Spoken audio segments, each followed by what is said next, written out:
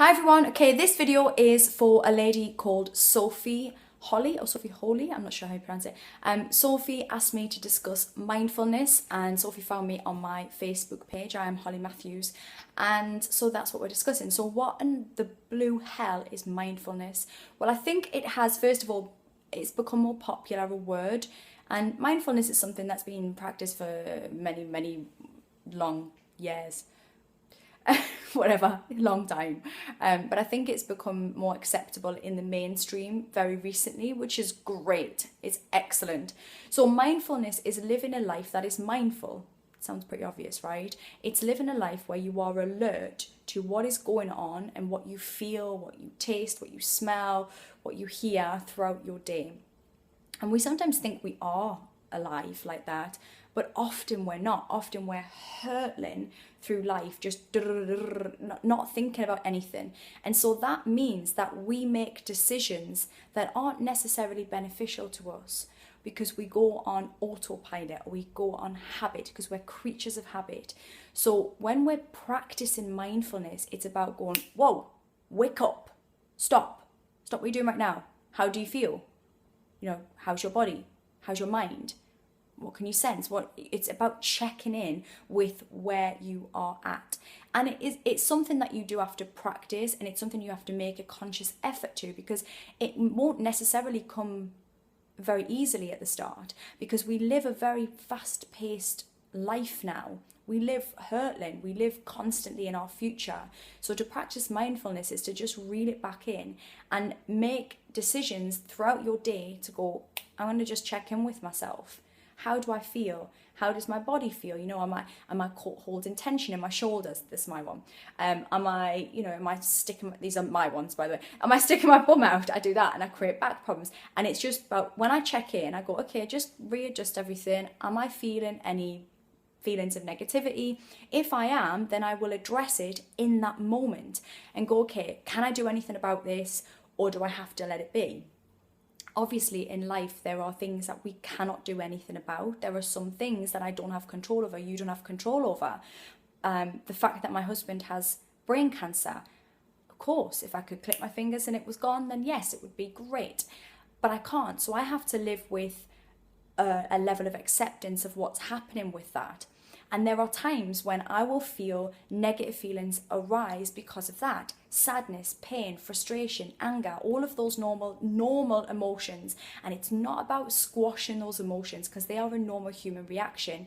It is about acknowledging them in that moment and then going, okay, first of all, if it's something like that, you be kind to yourself about how you're feeling, because it's normal, and you remind yourself this is a normal experience.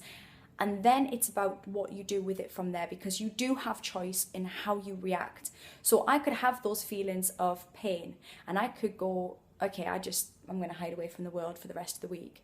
Or I could have those feelings of that and I could kick off with somebody and take it out on somebody else. I could smash up my house. That's what people have said to me before. I would smash up my house if I had that. But yeah, that's not a good reaction. I could choose my reaction to it. And sometimes that's hard, and sometimes you have to be really focused on creating a good outcome for yourself and those around you. So if you can't do something about it, I would say that you let go of resistance to it, and then you go, okay, how can I do something right now that is going to make me feel good? What will make me feel good? Will it make me feel good to have a bath and watch some Criminal Minds and have a cup of tea? Yes, it might. I'm going to do that and make myself feel good.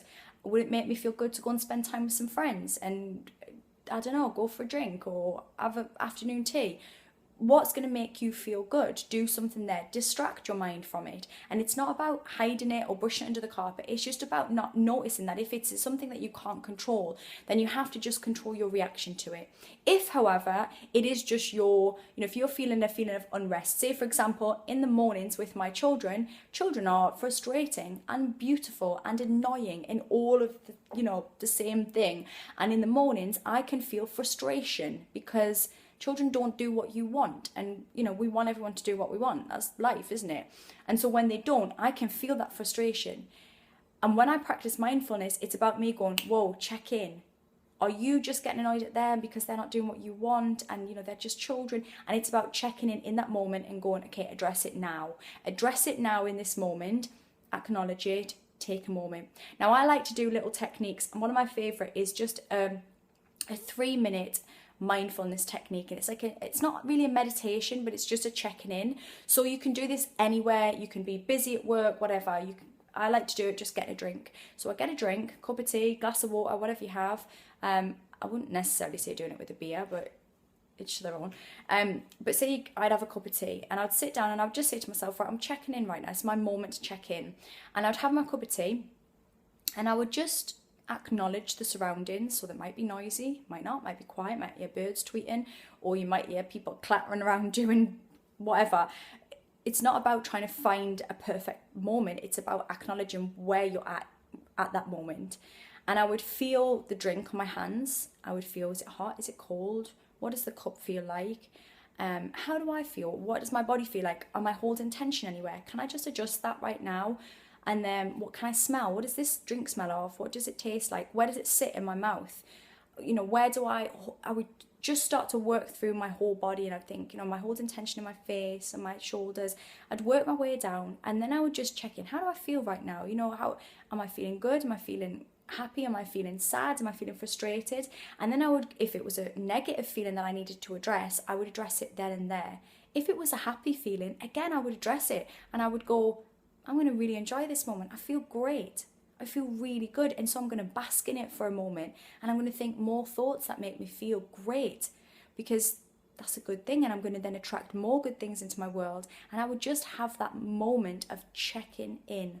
And when you learn to do that throughout your day, you stop catastrophe, because you stop it from getting to a point of no return where you lose your head.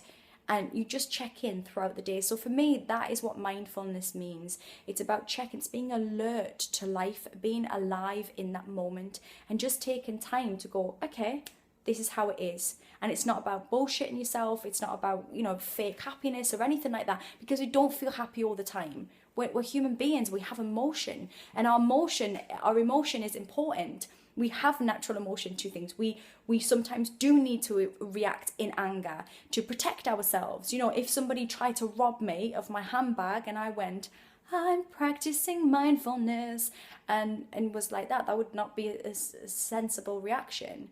The sensible reaction would be probably to say, get off my fucking handbag, and then run away, scared.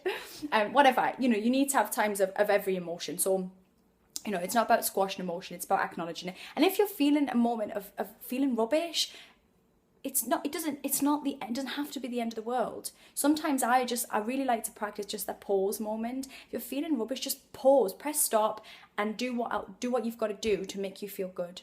Just go, right, okay, I'm not feeling good, I'm not on top of stuff, and anything I do is going to be tainted with that today. So what I need to do most, and the fundamental thing I need to do today, is to focus in on how to make me feel good. So if you're feeling rubbish today, that's a pause moment. Just pause and go, right, what can I do to make me feel good above everything else? Because if you don't, everything else around you is going to be tainted with the fact you feel shit.